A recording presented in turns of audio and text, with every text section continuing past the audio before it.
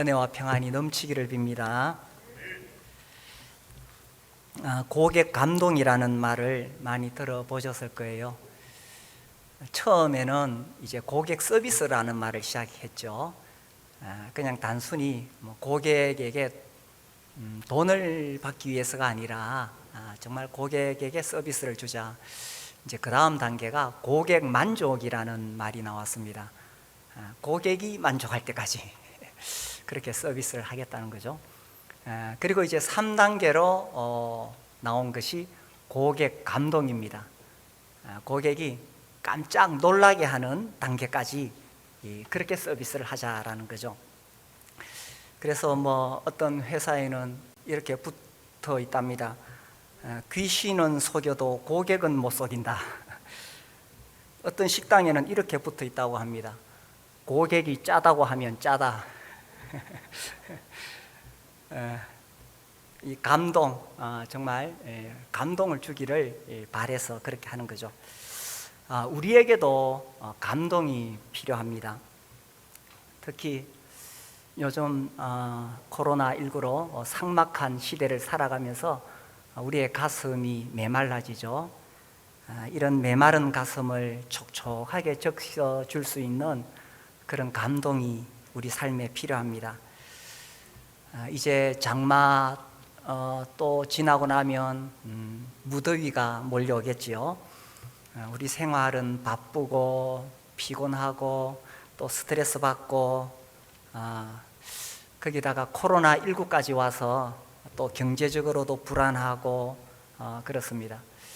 그러다 보니까 우리 마음이 자꾸 메말라가고 가뭄에 논바닥이 쩍쩍 갈라지듯이 이 가슴은 황폐해져 갑니다.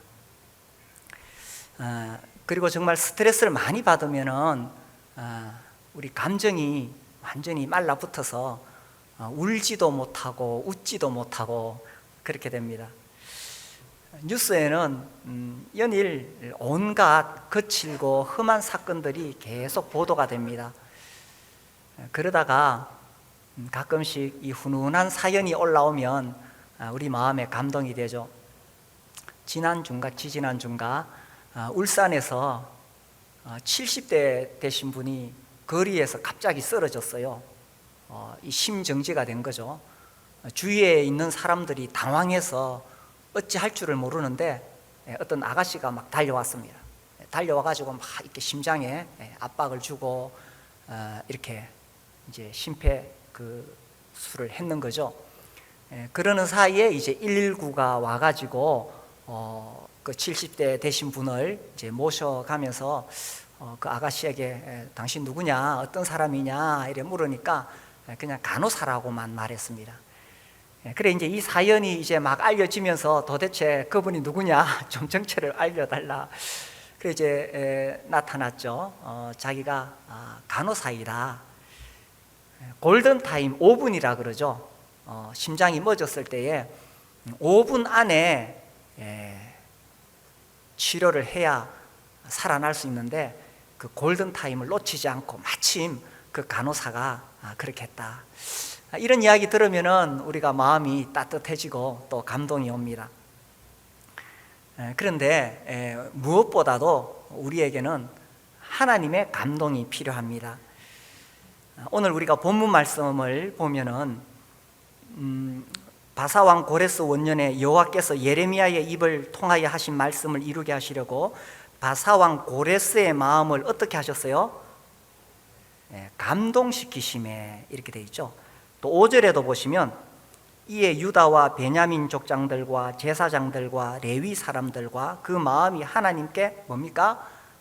감동을 받고 올라가서. 오늘 본문의 키워드는 감동입니다. 이 에스라서 이제 오늘부터 좀 시작해 보려고 합니다. 그 배경은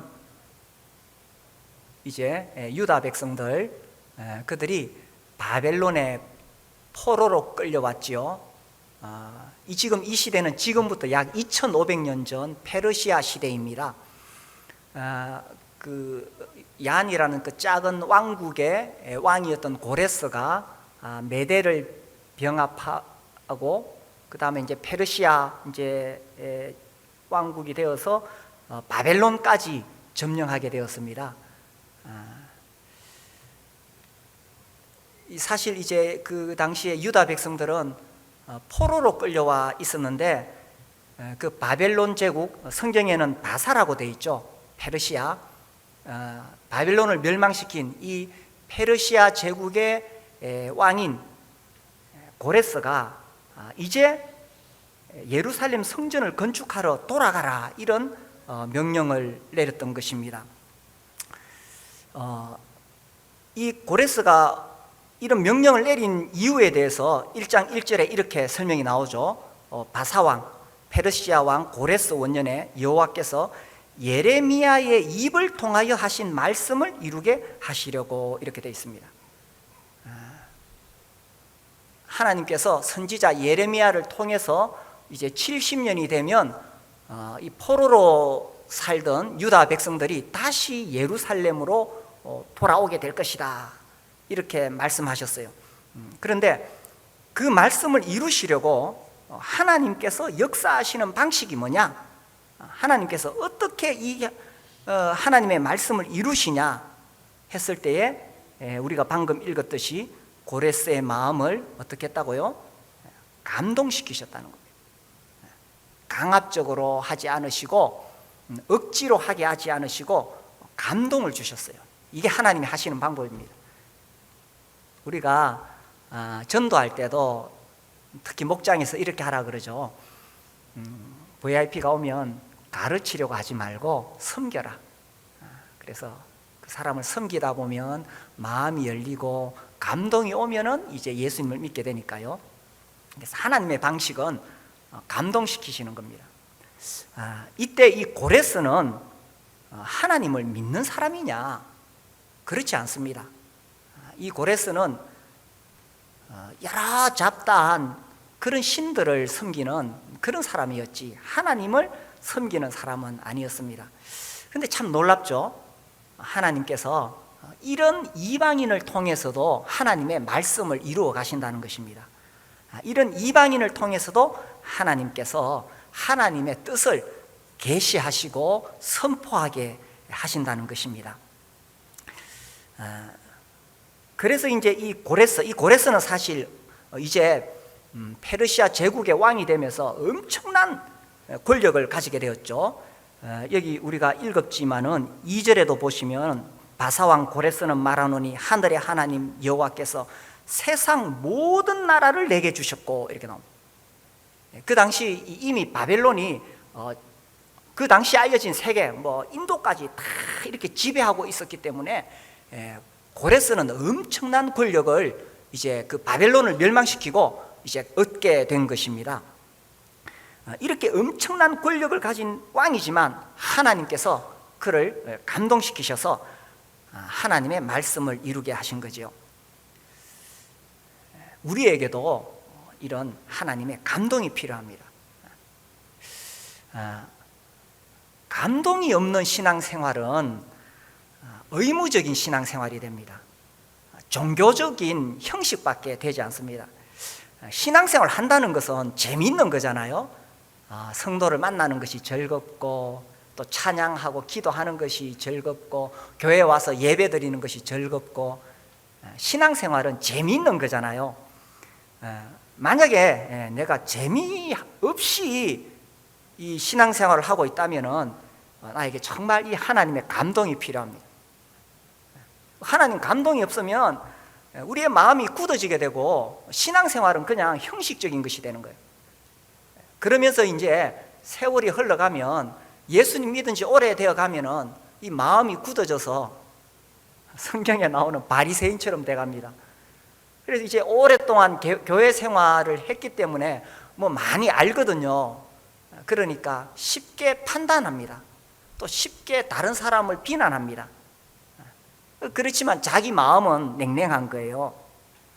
이게 이제 하나님의 감동을 잃어버린 형식적인 신앙생활에 빠져가는 거죠. 그래서 우리의 섬김, 우리의 예배, 우리의 신앙생활이 하나님의 감동에 젖어 있어야 된다는 거죠. 그러면 또 반면에 그러면은 감동이 없으면은 뭐 예배도 안 드리고 봉사도 안 하고 뭐 기도도 안 하고 감동이 없으면 아무것도 안 해야 되느냐? 어떻습니까? 제가 오래전에 들었는데 어떤 교회에서 계속 강조되는 가르침이 있었습니다. 뭐냐면 우리가 하나님을 섬길 때 육신적인 힘으로 섬기면 안 된다. 이 성령의 감동으로 하나님을 섬겨야 되지, 육신적인 것으로 하나님 섬기면 자기의가 드러난다. 이게 그 교회에서 계속 가르쳐지고 있었어요. 한날은 어떤 청년이 이제 교회 와서 보니까 막 예배당이 지저분하거든요. 청소해야 되잖아요. 빗자루를 탁 들고 가만히 있는 거예요. 그래 이제 옆에 다른 형제가 와서 뭐 하냐고 빗자루 들고.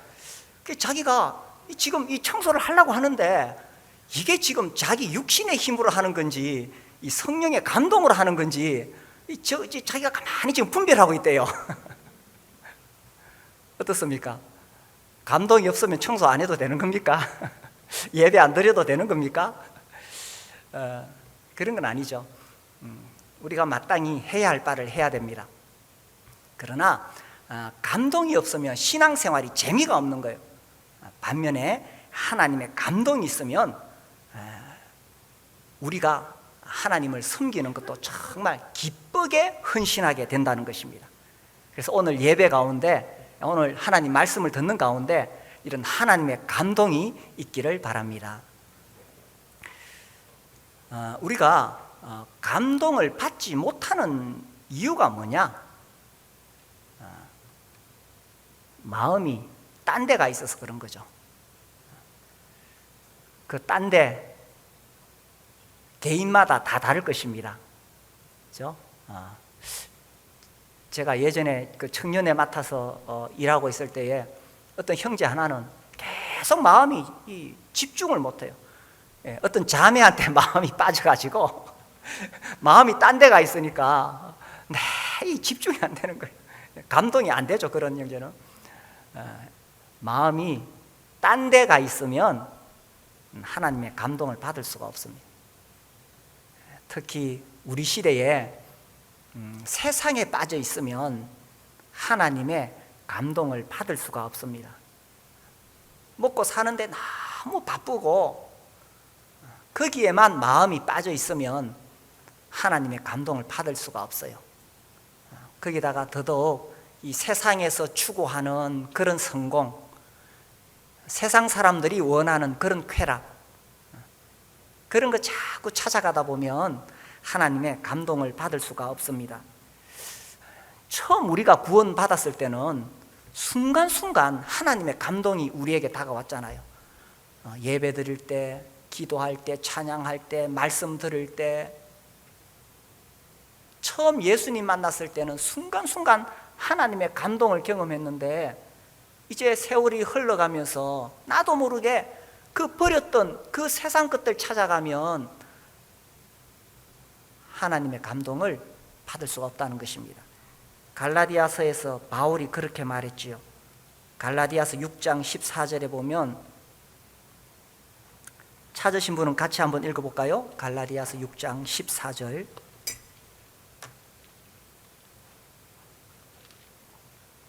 그러나 내게는 우리 주 예수 그리스도의 십자가 외에 결코 자랑할 것이 없으니 그리스도로 말미암아 세상이 나를 대하여 십자가에 못 박히고 내가 또한 세상을 대하여 그러하니라.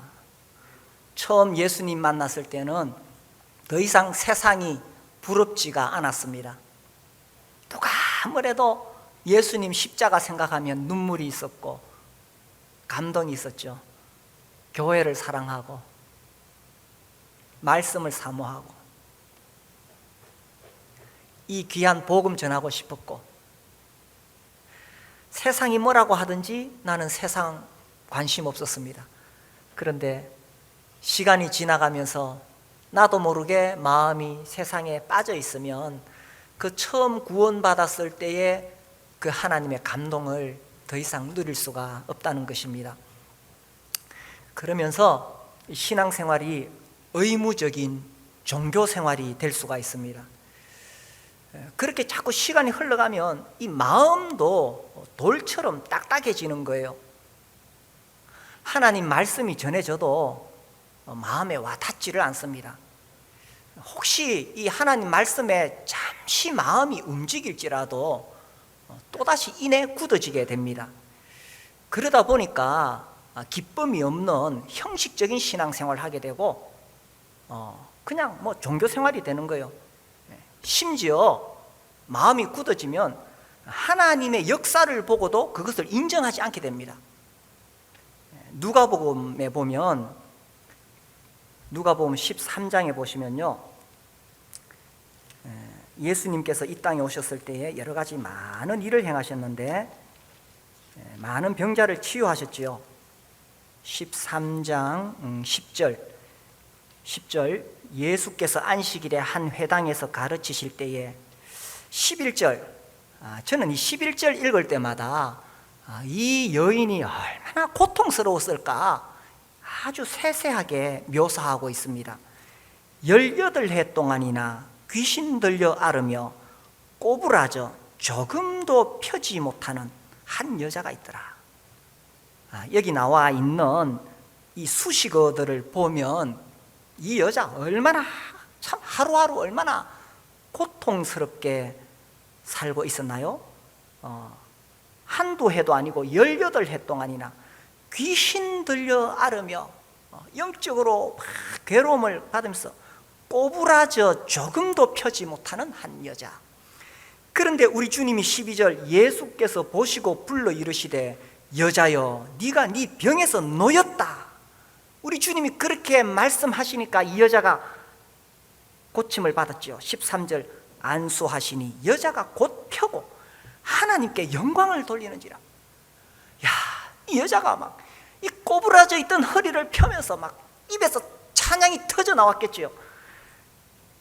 그런데 14절에 회당장이 예수께서 안식일에 병 고치시는 것을 보고 분내어 무리에게 이르되 일할 날이 엿새가 있으니 그동안에 와서 고침을 받을 것이요 안식일에는 하지 말 것이니라.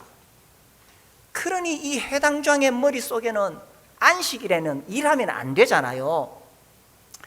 아니 일주일 7일 중에 6일이나 있는데 왜 하필 안식일 날 나와서 고침 받으려고 하느냐. 안식일에는 일하면 안 되니까 딴 날 나오지 왜 안식일 날 나왔느냐 하면서 율법을 들이대는 것입니다. 이게요, 하나님 믿는다고 하면서도 마음이 바리새인처럼 딱딱하게 굳어지면 이렇게 되는 거예요. 정말 그 여인이 나음을 받았을 때, 야, 놀랍다. 저 예수가 도대체 누구신가 하면서 함께 하나님께 영광을 돌리는 것이 이게 마땅한 거 아니에요? 지난주인가 하여튼 제가 사진이 하도 이상해가지고 제가 들어가서 본 게 있어요. 거기 보니까 중국에 46세 된 남자예요. 이 남자가 한 20년 전부터 강직성 척추염 그게 걸려가지고 허리가 자꾸 이렇게 꼬부라지기 시작했는 거예요. 어디까지 꼬부러졌나 하면은 허리가 꼬부라져가지고 얼굴이, 그 사진 보셨어요? 보신 분은 금방 제 이야기가 이해되고, 얼굴이 허벅지에 닿았어요. 완전히 굽어져 있는 거예요. 20년 동안 그렇게 앞을 보지 못하다가 최근 5년 동안 다 고통을 알았대요. 병원에 가도 어디 나을 수 있는 길이 없고, 그러다가 어떻게 수소문해서 어떤 병원에 그 선생님이 이런 비슷한 병을 수술하셨다. 이제 이 소식을 듣고 그 병원에 가서 수술을 했는 거예요. 그래서 이분이 이제 이렇게 구부정하게 짚고 나왔어요. 이제 허리가 정말 완전히 이렇게 180도 굽혀져 있다가 이렇게 펴가지고 이렇게 짚고 나왔어요. 제가 그 사진 보면서 이 말씀이 딱 떠올랐습니다. 이 여인이 그렇게 이렇게 꼬부라져 있었다면 얼마나 고통스러웠겠어요. 그런데 그 여인이 탁 이렇게 허리 폈을 때 모두가 박수를 치면서 야, 저 예수가 도대체 누구신가 하면서 하나님께 영광을 돌리는 게 마땅하지 않나요? 그런데 이런 하나님의 역사를 보고도 마음이 굳어지면 율법을 들이대는 거, 율법을 판단하고 비난하고 정죄하고, 나도 율법 좀 안다 이거지, 나도 경험 있다 이거지, 나도 신앙생활 오래 했다 이거지, 많이 안다 이거지.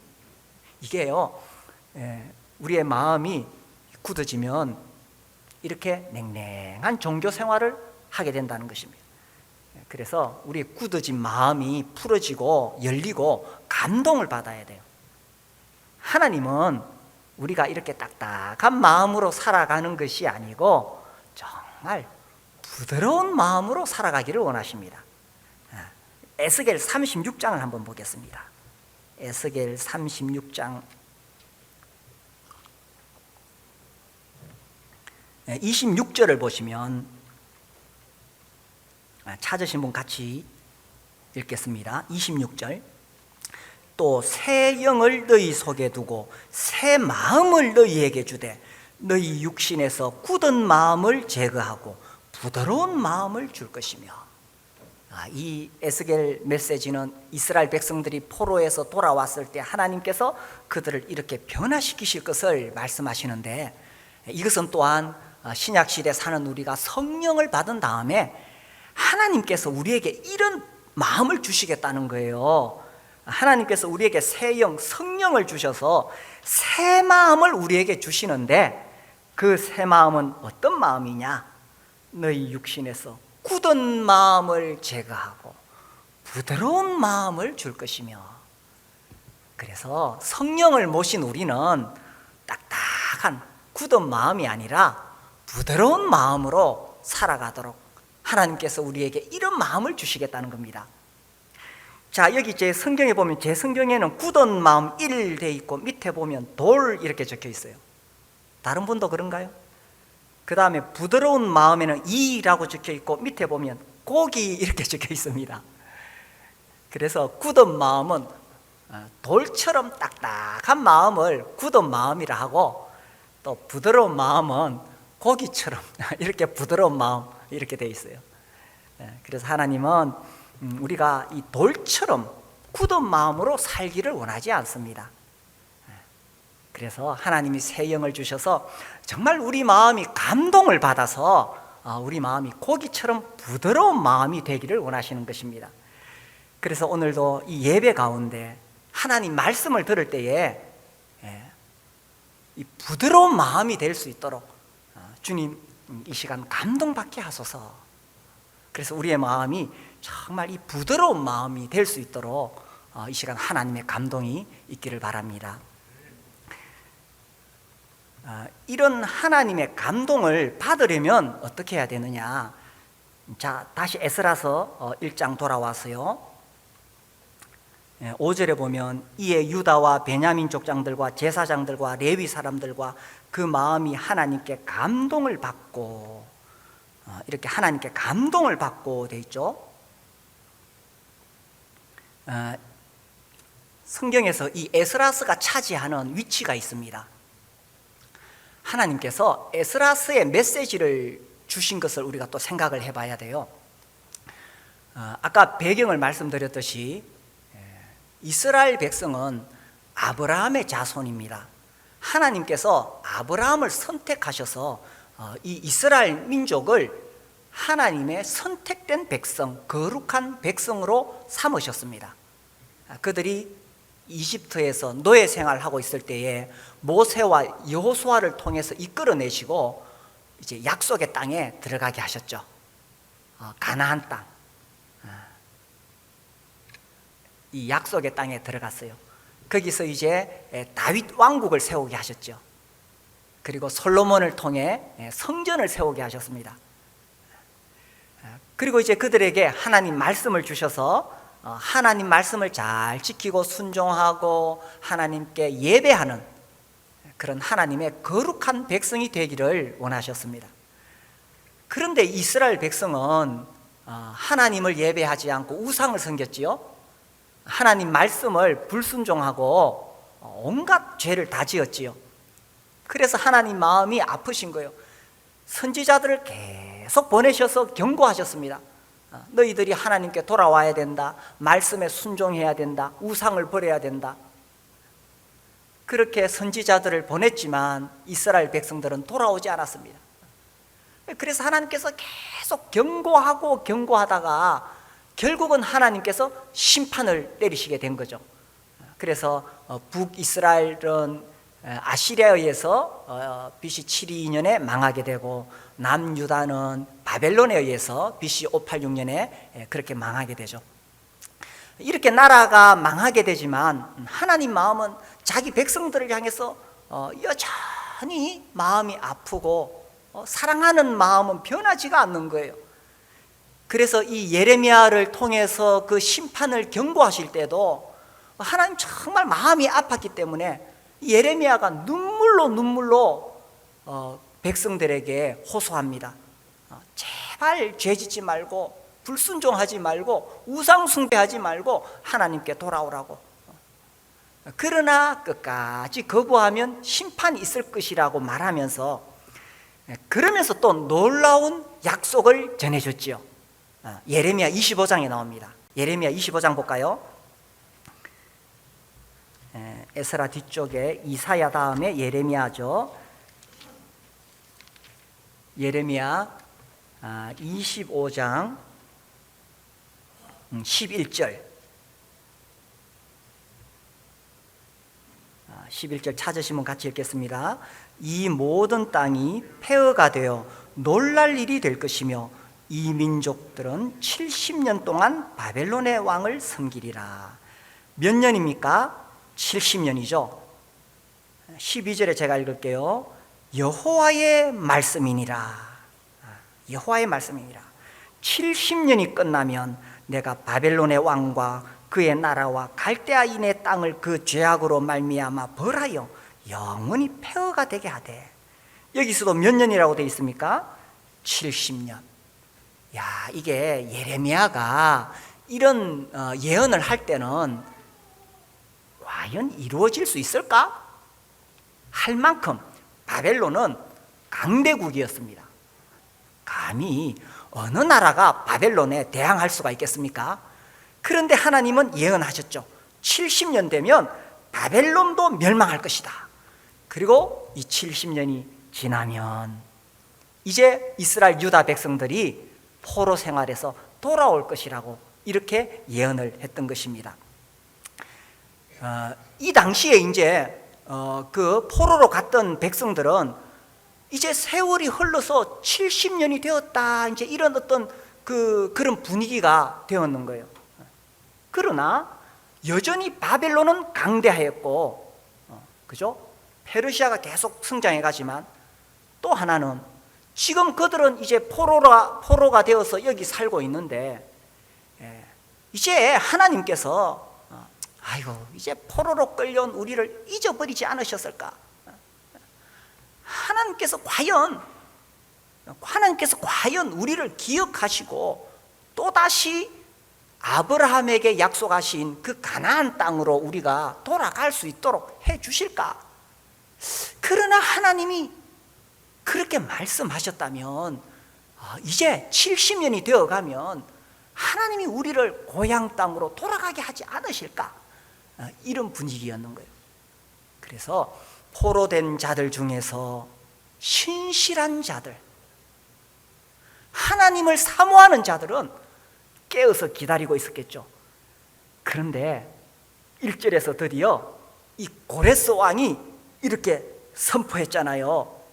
2절에 보면 하늘의 하나님 여호와께서, 이렇게 하늘의 하나님 여호와께서 말씀하셔서 유다 예루살렘에 성전을 건축하라. 그러면서 이제 3절에 보니까 이스라엘의 하나님은 참 신이시라. 너희 중에 그의 백성된 자는 다 유다 예루살렘으로 올라가서 이스라엘의 하나님 여호와의 성전을 건축하라. 그는 예루살렘에 계신 하나님이시라. 우리는 이 말씀 읽을 때에, 이 말씀 들을 때 뭐 별로 크게 감동이 안 오죠. 그런데 그 배경을 생각해 보십시오. 이 포로로 살던 사람들, 70년이 차가는데 과연 하나님이 우리를 기억하실까? 우리가 다시 그 조상들의 땅으로 돌아갈 수 있을까? 그런 상황에서 고레스가 이렇게 딱 이야기하니까 그 마음에 얼마나 큰 감동이 왔겠어요. 하나님이 우리를 기억하고 계시는구나. 하나님이 우리를 잊지 않으셨구나. 그리고 예레미야를 통해서 하신 하나님의 말씀은 반드시 이루어지는구나. 이게 그들에게 얼마나 큰 감동으로 와닿았을까요? 그래서 5절에 이에 유다와 베냐민 족장들과 제사장들과 레위 사람들과 그 마음이 하나님께 감동을 받고, 누가 하나님의 감동을 받습니까? 이와 같이 하나님의 말씀을 간절히 기다리고 사모하던 그 사람들에게 큰 감동이 오는 거예요. 그냥 거기 포로로 끌려왔지만 그냥 아무 생각 없이 사는 사람들도 아마 많이 있었을 거예요. 그죠? 이미 페르시아에 정착했고 그 살다 보면 거기 깊숙이 빠진 사람들은 무슨 감동을 받겠어요? 오늘날 하나님 말씀이 주어질 때도 마음이 딴 데 가 있는 사람은 감동이 안 와요. 세상 사는데 푹 빠져서 아이고 이미 이제 이렇게 살다가 죽으면 천국 가는 거지 하면서 나도 모르게 세상에 빠져서 안 믿는 사람들이 원하는 것 추구하고 있으면, 세상 안락, 세상 쾌락 추구하고 있으면 하나님 말씀 들어도 감동이 안 와요. 그러나 하나님의 역사하심을 기대하는 사람들, 이제 70년이 되어 가는데 하나님 과연 이런 상황에서도 일하실 수 있을까? 하나님의 역사를 기대하는 사람들. 자, 고레스가 예루살렘으로 돌아가라 이렇게 했을 때 그 사람들이 그 메시지를 어떻게 들었을까요? 그냥 이방 왕의 말로 들었을까요? 아니면 하나님의 말씀으로 들었을까요? 비록 이방인을 통해서 전해지더라도 깨어있는 사람들에게는 그것이 하나님의 말씀으로 들리게 된다는 것입니다. 반면에 마음이 굳어진 사람, 딱딱한 사람은 하나님의 말씀이 전해져도, 강단에서 하나님의 말씀이 전해져도 사람의 말로 들리는 거예요. 그러니 감동이 없는 거죠. 그러나 하나님을 사모하고 하나님 말씀을 기대하는 사람들에게는 누가 이야기해도 그것이 하나님의 메시지면 하나님의 말씀으로 전해지고 들려지고, 그래서 하나님께 감동을 받게 된다는 것입니다. 이렇게 하나님께 감동을 받은 사람이 어떻겠습니까? 5절 중반절에 보니까 그 마음이 하나님께 감동을 받고 어떻게 했어요? 올라가서 가만히 안 있었어요. 이거 참 설교 좋다, 오늘 설교 좋다. 이 감동이라는 게 느낄 감자, 움직일 동자잖아요. 느끼만 있으면 안 돼. 감만 있으면 안 돼. 뭐가 와야 돼요? 동이 와야 돼요. 동이. 여기 마음이 하나님께 감동을 받으니까 감만 온 것이 아니라 동이 왔어요. 동이. 그래서 올라가서 성전을 건축하고자 하는 자가 다 일어나니 6절 끝에 예물을 기쁘게 드렸더라. 감에서 끝나지 않고 동으로 왔다는 것입니다.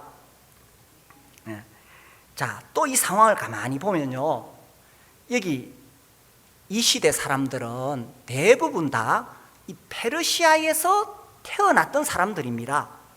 거기서 자라서 그 나라 말을 배우고 거기서 일하고 결혼하고 집 짓고 자식 낳고 이렇게 사는 사람들이에요. 이미 페르시아 생활에 딱 정착해 있었어요. 포로라고 하지만 그들 중에서는 그 당시 문헌이 발굴되었는데 보면 관원도 되고 고위 직에도 오르고 그랬다는 거예요. 또 이 상인으로서 성공한 부유한 상인들도 있고, 이미 페르시아 생활에 잘 정착해 있으면 그냥 감만 받고 하나님이 저렇게 결국 말씀하시구나, 감만 받고 동으로 연결되는 게 쉽지 않아요. 그러나 그 마음에 하나님께 감동을 받은 사람들은 여기 보니까 올라가서 일어나니 기쁘게 드렸더라. 그들이 행동으로까지 옮겨지게 되었다는 것입니다. 그 지난주에 이제 우리가 상반기 재정 결산을 했어요. 그 자료를 제가 보면서 참 감사가 되었습니다. 작년에 사실 어떤 분이 그 건축 특별 헌금을 했어요. 그래서 이제 작년 헌금이 확 늘었거든요. 그런데 올해는 이제 그런 건축 특별 헌금이 없었는데, 그거를 빼고 나서 일반 헌금을 딱 집계해 보니까 지금 코로나 때문에 대부분의 교회가 헌금이 다 줄고 있습니다. 거의 대부분 다 줄고 있습니다. 그런데 우리 교회는 일반 헌금이 작년보다 늘었어요. 야, 이 참 감사한 일이죠. 그렇게 헌금하시는 분들, 제가 볼 때 다 하나님께 이 마음의 감동을 받으신 분이라. 뭐 그렇게 많이 한다고 누가 알아주나요? 아무도 몰라요, 우리 교회는. 그래서 하나님께 마음의 감동을 받으면은 여기 6절 끝에 나오는 대로 예물을 기쁘게 드렸더라. 그래서 억지로 하고 마지 못해서 하는 것이 아니라 하나님께 감동을 받으면 이건 뭐 더 내가 섬기고 싶고, 그죠? 하나님께 감동을 받으면 찬양 드릴 때도 정말 목소리 다해서 주님 노래하고 싶고, 이 주일날 예배 드리러 예배 자리에 막 나오고 싶고, 코로나 아무리 막아도 이 예배 자리에 나와서 나를 위해 죽으시고 부활하신 그 주님의 사랑, 하나님의 은혜 앞에 내가 감사하고 싶고 섬기고 싶고. 그래서 우리에게 하나님의 감동이 필요합니다. 감동 없이 우리가 신앙생활하면 얼마나 재미없어요. 의무적이고 형식적이고, 그죠? 마지 못해서 하는 그런 생활 이제 다 내려놓으시고, 정말 우리의 마음이 부드러워져서